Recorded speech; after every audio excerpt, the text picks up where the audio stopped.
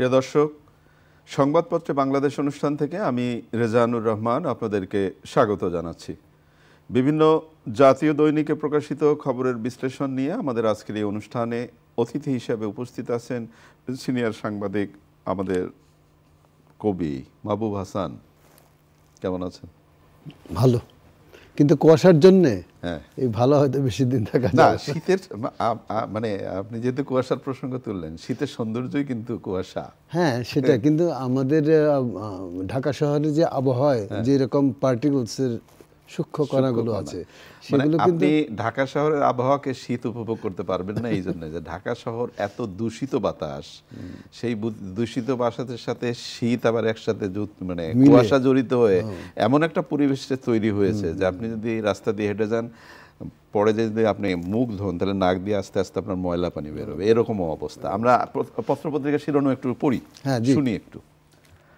প্রথম আলো, নিলামে সাবেক 24 এমপির গাড়ি, জুলাই আগস্টে মানবাধিকার লঙ্ঘন, ফেব্রুয়ারিতে প্রতিবেদন দেবে জাতিসংঘের অনুসন্ধান দল।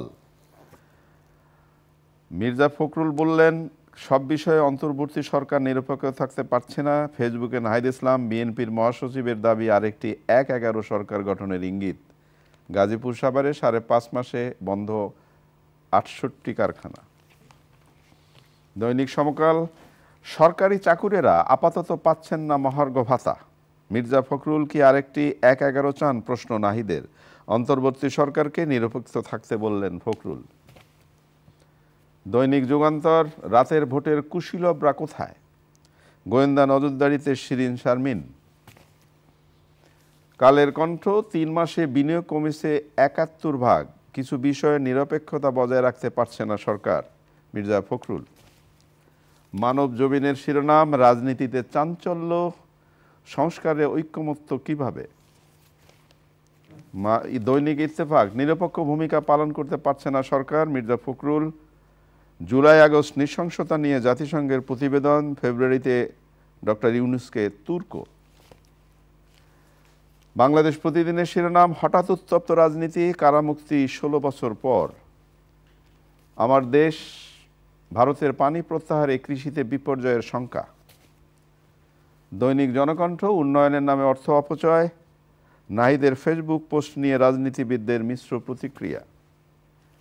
খবরের কাগজের শিরোনাম, ফখরুলের বক্তব্যে তীব্র প্রতিক্রিয়া। দেশ রূপান্তরের শিরোনাম, নির্বাচন নিয়ে কাছাকাছি ইসি, রাজনৈতিক দল। কালবেলার শিরোনাম, যদি বদি ভেতরে ইয়াবা প্রকাশ্যে, নিরপেক্ষ সরকার প্রশ্নে সরব হচ্ছে বিএনপি। সময়ের আলো, বিরোধী পাল্লা ভারী হচ্ছে বিএনপির।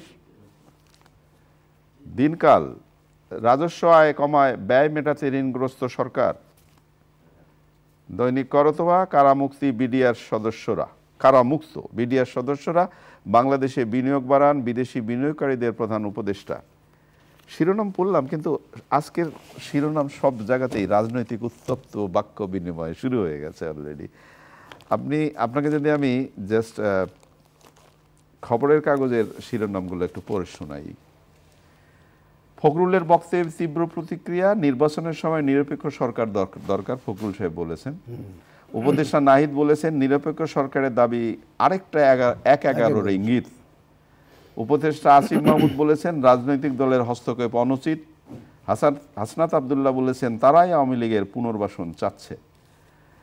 কয়েকদিন আগে জামাত নেতাও বলেছেন যে সরকারে যদি থেকে ছাত্ররা রাজনীতি করে সেটাও বোধ করি ঠিক হবে না। ওইটাও একটা আলোচনা। কি হচ্ছে? কি আর হচ্ছে, তার মানে স্বার্থের সংঘাত শুরু হয়ে গেছে। হ্যাঁ, এটাই হলো বড় বিষয়। আমাদের রাজনীতি বলেন আর যে কোনোভাবে নিরপেক্ষতার কথা যে বলেন, আসলে কি আমরা নিরপেক্ষ হতে পারি? কখনোই। যেমন আপনি জানেন যে জোট নিরপেক্ষ একটি আন্দোলন ছিল, এখন আর নেই। হ্যাঁ, মানে আমেরিকা ভার্সাস রাশিয়া, এই দুই পক্ষের মাঝখানে আমরা কোনো জোটই থাকবো না, আমরা জোট নিরপেক্ষ আছে। কিন্তু এই নিরপেক্ষতাও একটা জোট, এর সমস্ত নিরপেক্ষ জোট যারা এইসব ছিল না।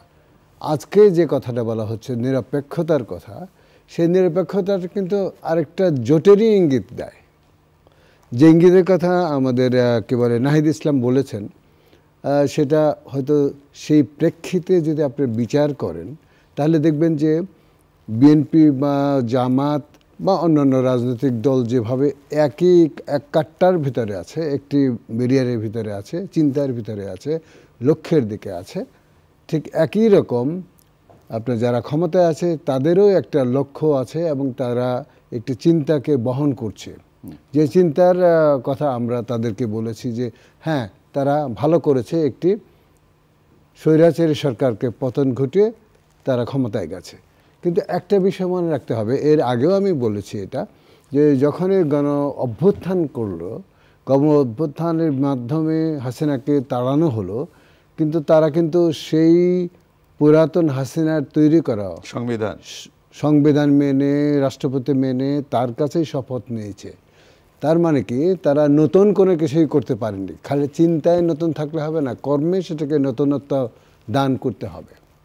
তার মানে নাহিদ যদি এটা মনে করেন যে না, রাজনৈতিক দলগুলো তাদেরকে 1-11-এর মতো দিকে নিয়ে যাচ্ছে, তাহলে যেটা এইরকম অভিযোগটা যেমন কিছুটা হলেও সত্য, আবার নাহিদরা যা চাচ্ছেন সেটাও কিন্তু সত্য, যে তারা রাজনৈতিক দলগুলোকে তাদের ক্ষমতার যে কেন্দ্রভূমি বা ক্ষমতার যে উৎসভূমি, সেখানে তাদেরকে জায়গা দিতে পারছেন না বা দিতে চাচ্ছেন না। আমি যে প্রশ্নটা আপনাকে করতে চাই, এই যে বাহাসটা শুরু হয়ে গেল, একটি নতুন রাজনৈতিক দল গঠন হবে ফেব্রুয়ারিতে, এটা আমরা শুনতে পাচ্ছি, এবং সেই দলের নেতা বলছেন মুজিববাদ জিয়াবাদের দিন শেষ এবং এই বাদ চলবে না। তখন সব কিছু মিলিয়ে একটা কি, মানে আপনি যেটা বললেন যে একটা সুন্দর একটা পরিবেশের জায়গায় যাওয়া, একটা নতুন দিগন্ত খুলে দেওয়ার জায়গায় দেশ যাওয়ার কথা, কিন্তু এই নির্বাচনকে কেন্দ্র করে নতুন রাজনৈতিক দলের উত্থান, সব কিছু মিলিয়ে আমরা কি আবার একটা কি অন্য রকমের পরিবেশের দিকে যাচ্ছি নাকি? আমি একটু অন্য ঠিক আছে, কারণ হলো যে আমরা সবসময় নতুনের আবাহন করি, সবসময় নতুনকে আবাহন করি, এই জন্যে যে নতুনের চিন্তায় আলাদা, ওই নতুনের কেতন কালবৈশাখীর ঝড়। মানে নজরুল যে কি কত বড় কবি সেটা কিন্তু এর ভিতর দিয়ে একটা লাইনের মধ্যে। এবং দেখবেন যে 24-এর যে জুলাই বিপ্লবের মৌলিক শক্তি কিন্তু নজরুল। তো আমাদের বুঝতে হবে যে এই মানে ইয়েদের নতুনদের কেতনকে আমরা চাই, তবে সংঘাত নয়। অন্য দলগুলোর ভিতরে যে তাদের প্রত্যাশা আছে, তাদের অবদান আছে, তাতে অস্বীকার করে নয়, একে কি বলে নিয়ে একই সঙ্গে যদি এটা করা যায় সেটাই বেটার। আমার মনে হয় যে এই পক্ষ, মানে রাজনৈতিক পক্ষ এবং ক্ষমতাসীন নির্দলীয় বলি আর যে দলীয় বলি বা অভ্যুত্থান দলীয় যারা ক্ষমতায় আছেন, তাদেরকে এটা বুঝতে হবে যে তারা একা কিন্তু এটা করেননি, এটা জনগণ এর সঙ্গে ছিল। এই জনগণের মত কিন্তু রাজনৈতিক দলগুলোই ক্যারি করে। কিন্তু ফখরুল সাহেব যেটা বলছেন যে এই সরকার কিছু কিছু বিষয়ে নিরপেক্ষ থাকতে পারছেন না। আচ্ছা, ব্যক্তি মানে নিরপেক্ষতার কথা বলে, কিন্তু নিরপেক্ষ থাকা সম্ভব। ফখরুল যেটা বলেছেন সেটা সত্য, কিছু কিছু ক্ষেত্রেতে নিরপেক্ষতা দেখাতে পারছেন না, এটা ঠিক, তাই না? যেমন আমরা দেখতে পাচ্ছি যে ধরেন আমাদের যে অ্যারেনার ভিতরে যা যা দেখছে, সেটি যদি বিবেচনা করেন তাহলে দেখবেন যে এই সরকার অনেকটাই মানে জামাতদের করছে, পুনর্বাসন করছে। আপনি কি অস্বীকার করতে পারবেন? সংস্কৃতির যতগুলো উইং আছে সেই উইংগুলোতে তাদেরই প্রতিনিধি, সেটা হয়তো ডাইরেক্ট তারা প্রতিনিধি হয়, কিন্তু তারা ইনডাইরেক্টলি তারা ওই পন্থী। হ্যাঁ, যার জন্যে এটা হচ্ছে।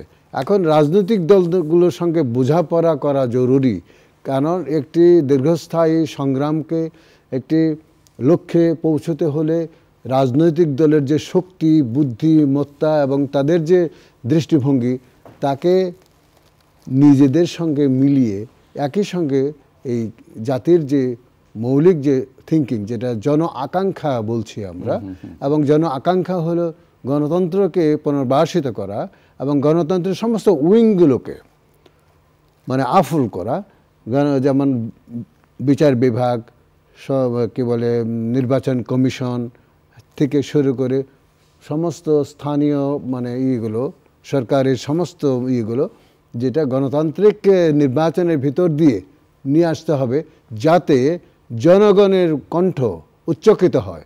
কোনো রাজনৈতিক দলের কণ্ঠ নয়। জনগণের কণ্ঠ উচ্চকিত হয়। মাননীয় প্রধান উপদেষ্টা দেশের বাইরে আছেন এবং একটি সম্মেলনে আছেন, সেখানে উনি বলেছেন আবারও যে এই বছরের মাঝামাঝি অথবা আগামী বছরের 6 মাসের মধ্যে নির্বাচন হবে।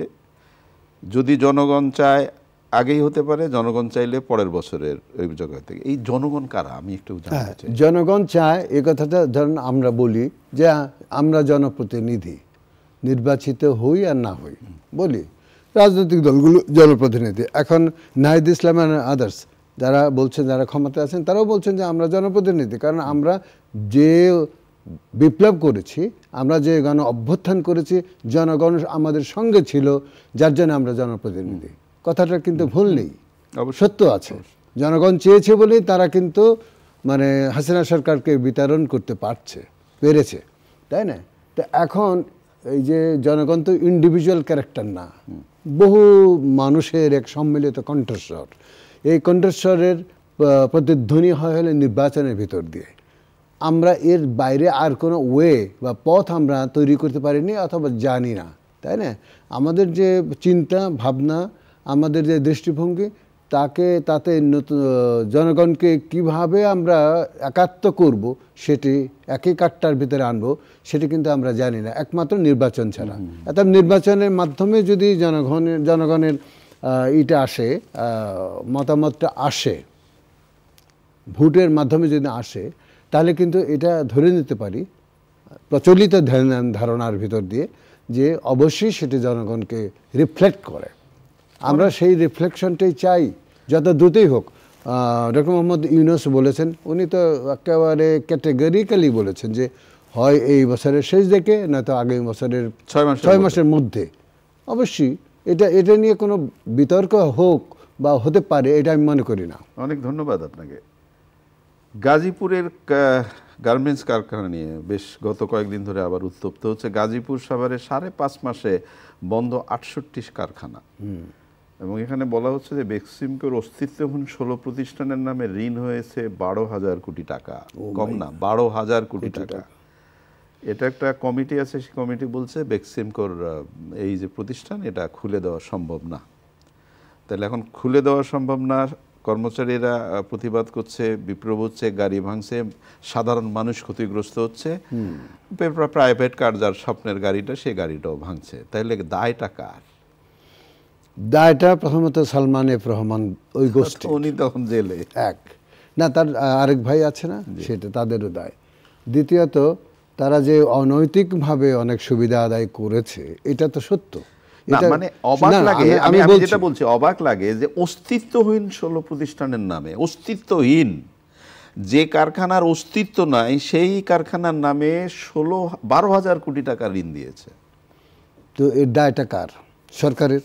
বা যারা ঋণ দিয়েছে তারা, সরকার বলবে না আমি তো ঋণ দিই না, দিছে সোনালী ব্যাংক, জনতা ব্যাংক, আমি কি করব, তাই না? কিন্তু জনতা ব্যাংকে, সোনালী ব্যাংক আপনারই নিয়ন্ত্রণাধীন।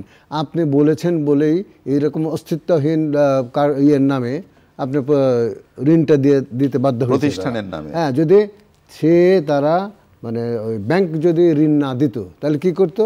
ওই যিনি দিতেন না তাকে এবং তাদেরকে সরিয়ে অন্য লোক, মানে অসংবাদ লোকদেরকে বসানো হতো। এই তো ইতিহাস আমাদের বাংলাদেশের, তাই না? অনৈতিকতা যদি একটি শিল্প প্রতিষ্ঠানের মালিকের বা কর্তৃপক্ষের থাকে এবং তার সঙ্গে যদি সরকারি চৈতন্য যুক্ত হয়, তাহলে কি হতে পারে? সেটার নমুনা হলো এই 12,000 কোটি টাকার। এই কারখানার যে শ্রমিকরা, তাদেরকে কিছু টাকা দেওয়া হয়েছে 3 মাসের বা যাই হোক, এরপরে তারা যে চাকরি হারালো, তাদের ভবিষ্যৎ, এদের কি হবে? না, আপনি বলেন যে অস্তিত্বহীন কারখানার শ্রমিক হয় কি করে, সেটাও একটা প্রশ্ন। 2 নম্বর হল যে মানে বেক্সিমকোর প্রতিষ্ঠানগুলো তো ভালো ছিল, এখনও আমি মনে করি যে ভালো আছে। সেগুলোকে সরকার নিজের তত্ত্বাবধানে চালালেই ভালো হয়। তবে আমাদের অভিজ্ঞতা হচ্ছে, আমি দেখেছি যে সরকারি তত্ত্বাবধানে যেসব প্রতিষ্ঠান চালানো হয়, সেগুলো মানে খুল নলচে সহ সেগুলো সব চুরি হয়ে যায়। আমাদের 72 থেকে 75 পর্যন্ত সরকারি মাল দরিয়ামে ঢাল, এবং সেটা লুটপাটেরই মানে হয়। তো এটা করা উচিত না। আমার মনে হয় যে কোনো শিল্প গোষ্ঠীকে সুযোগ দেওয়া উচিত, তবে অনৈতিকভাবে যে ঋণ দেওয়া এবং অনৈতিকভাবে সুযোগ দেওয়া বা এইরকম শ্রমিকদের হয়রানি করে তাদের বেতন না দিয়ে তাদের সুযোগ সুবিধাকে কার্টেল করে কোনো শিল্প প্রতিষ্ঠান চলতে পারে না। অমানবিক, অনৈতিক, এবং এর চেয়ে খারাপ কাজ আর কি হতে পারে? কারা মুক্তির 16 বছর পর 178 বিডিআর সদস্য মুক্ত। আপনি চিন্তা করেন 16 মাস এই যে তারা এখন মুক্ত হলো, তাহলে তো আমরা ধরে নিতে পারি তারা কোনো অপরাধ করেনি যেহেতু মুক্ত হয়েছে। তাহলে এখন যদি প্রশ্ন করি ফিরিয়ে দাও আমার 16 বছর, হ্যাঁ অবশ্যই করতে পারি। এবং সবচেয়ে বড় ব্যাপার যে 16 মাস কেন কারামুক্তির অর্ডারটা হয়েছে 16 মাস আগে। এই 16 মাস ধরে তাদেরকে আটক রাখা হলো কেন? তাদেরকে খাওয়ানো হলো, তাদের চিকিৎসা করা হলো, সমস্ত কিছু হলো, তাদের জীবন থেকে 16টি মাস তারা ছিনিয়ে নিল। এই অধিকার কি কারা কর্তৃপক্ষের আছে? বা যার নির্দেশে এইটা করা হয়েছে যে কারামুক্তির পরেও তাদেরকে মুক্ত করা হয়নি কেন? তাদের নামে কি আরও মানে কেস ছিল যে তাদের সেই কেসের জন্য তাদের আটক রাখার কোনো ছিল কি না? আমাদের বাংলাদেশে ভুয়া মামলা অধিকাংশই ভুয়া মামলা। ধরেন 1:20 একটা যদি সত্য মামলা হয় তার বাকি 19টি মামলা ভুয়া। মানে ধরেন আপনার নাম দিল, ওনার নাম দিল, তার নাম দিল, নাম দিল, মানে নাম ছাড়া আছে, অনামি বহুত লাগিয়ে দিল, ওনাকে ধরলো, ধরে ওই নামের সঙ্গে একটা নাম যুক্ত করে দিল। এই যে বেআইনি কাজ, এটা বেআইনি কাজ। আমি এই কথা বলতে, যদি আইনেও এটা অনুমোদিত থাকে তাহলে যারা আইন তৈরি করেছে তারা নিজেরা হলো অমানুষ, অযোগ্য, মানে ইতর স্বভাব মানুষ। মানুষের প্রতি মানুষের যে মানে দায়িত্ব, কর্তব্য এবং ভালোবাসা, সেটা আইনের ভিতর দিয়ে প্রকাশ পেতে হবে। এর কোনো মানে একেবারে শেষের দিকে আর কয়েকদিন পর বইমেলা, বাংলা একাডেমি সাহিত্য পুরস্কার ঘোষণা হলো, কেমন দেখলেন? না কেমন দেখো, আমি তো গত 16 বছর যা দেখেছি, এখন মানে এই সরকারে আমলে যদি এইরকম কি বলে পুরস্কার পায় তাহলে তো বলার কিছু নাই। তাহলে তো আমি বলতে পারি যে হাসিনা সরকার কি দোষ করেছিল? তারা তো আবর্জনাদের, বহু আবর্জনাকে পুরস্কৃত করেছে। এবারও তো আমি যে কজন নাম দেখলাম, সলিমুল্লাহ এবং কি নাম কবিতায় করেছে, যাই হোক মাসুদ খান। তো মাসুদ এবং সলিমুল্লাহ ছাড়া তো আর কাউকে আমি চিনি না যারা গবেষণায়, যারা দিয়েছে তারা নিশ্চয়ই চেনে। না আমি চিনি না, মানে কি, আমি সাহিত্যের লোক, আমি 55 বছর ধরে সাহিত্য করি এবং আমি সাহিত্য পড়ি, আমার পাঠে আছে এবং আমি নিজেও লিখি। তো আমি চিনবো না তো ওনারা চিনবে, এটা হতে পারে না। তো অনেক অনেক ধন্যবাদ আপনাকে। প্রিয় দর্শক, আমরা যে বিষয়গুলো নিয়ে কথা বললাম আপনারা নিশ্চয়ই শুনলেন। রাজনীতির একটা উত্তপ্ত আবহাওয়া শুরু হয়েছে, কিন্তু রাজনীতির এই উত্তপ্ত আবহাওয়ায় যেন দেশ ক্ষতিগ্রস্ত না হয়, আমরা যেন একটা সুন্দর পরিবেশের মধ্যে যেতে পারি, এটাই কাম্য। ভালো থাকবেন। আগামীকাল নিশ্চয়ই আবারও কথা হবে। খোদা হাফেজ।